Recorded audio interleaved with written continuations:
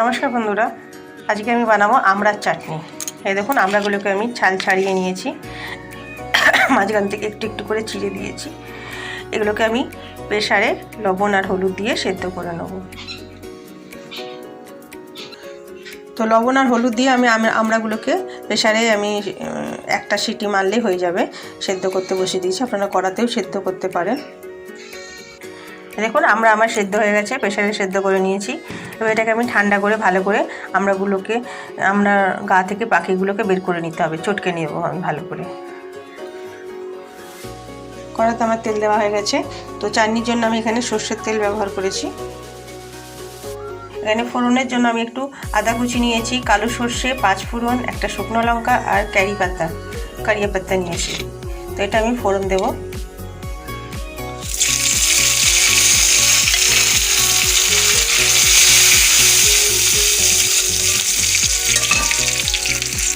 এবার আমি এটা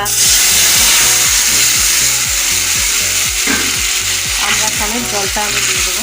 এখানে লবণ আর হলুদ আমার দেওয়া ছিল, তো তারপরেও আমি একটু লবণ দেব, স্বাদ অনুযায়ী লবণ অল্প দেব।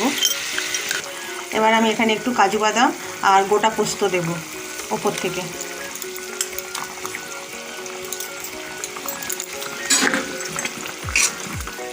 দিতে পারেন বা আপনারা বেটেও দিতে পারেন, তো আমি এখানে গোটা দিচ্ছি।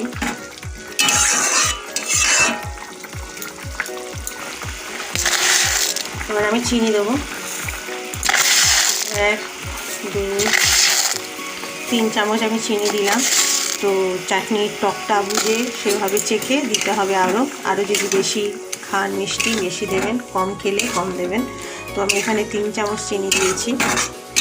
তো আমড়াটা আমার ভালোই টক আছে, তো লাগতে পারে আর একটু, তবু আমি আর 1 চামচ দিয়ে দিলাম, 4 চামচ।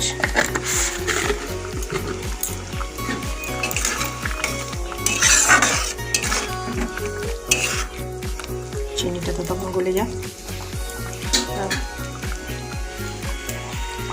2 মিনিট আমি ফুটিয়ে নেব। ঝোলটা যেভাবে রাখবেন সেভাবে আপনারা গাঢ় করতে পারেন বা এরকম পাতলাও রাখতে পারেন। তো আমি আরেকটু গাঢ় করব। দেখুন, রেডি আমড়ার চাটনি আমার। বেশি আমি মোটা বা পাতলা হয়নি, মোটাই হয়েছে। দেখুন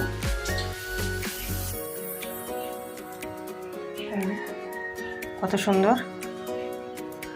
এভাবে বানিয়ে খাবেন, ভালো লাগবে আমড়ার চাটনি।